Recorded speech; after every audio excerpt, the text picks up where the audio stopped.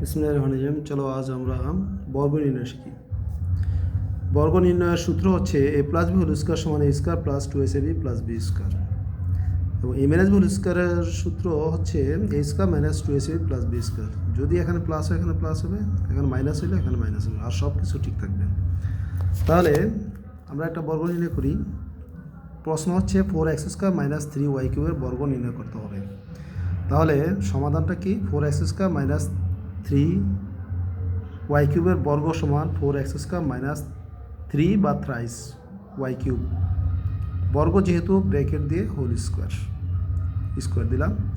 এখন এটা হইলো a, এটা হচ্ছে b। তাহলে a মাইনাস হোল স্কোয়ার সমান এটা a স্কোয়ার মানে 4x স্কোয়ার, আর ব্র্যাকেট দিয়ে এটা হলো সূত্রের স্কোয়ার। তাহলে 4x স্কোয়ার হলো a, স্কোয়ার দিলে ব্র্যাকেট দিয়ে দিতে হবে, একের অধিক হলে ব্র্যাকেট দিতে হবে, মাইনাস যেহেতু এখানে মাইনাস এখানে মাইনাস, সূত্রের 2। এ হচ্ছে 4x স্কোয়ার, বি হচ্ছে 3y cube, plus B square মানে কি 3y কিউব ব্র্যাকেট দেওয়া স্কোয়ার মানে whole square, 3y cube whole square.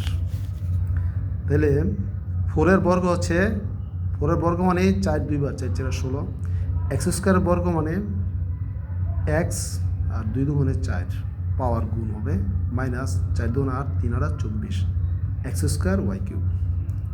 দুই জাতীয়, ওই জন্য পাওয়ার যা আছে তাই থাকবে।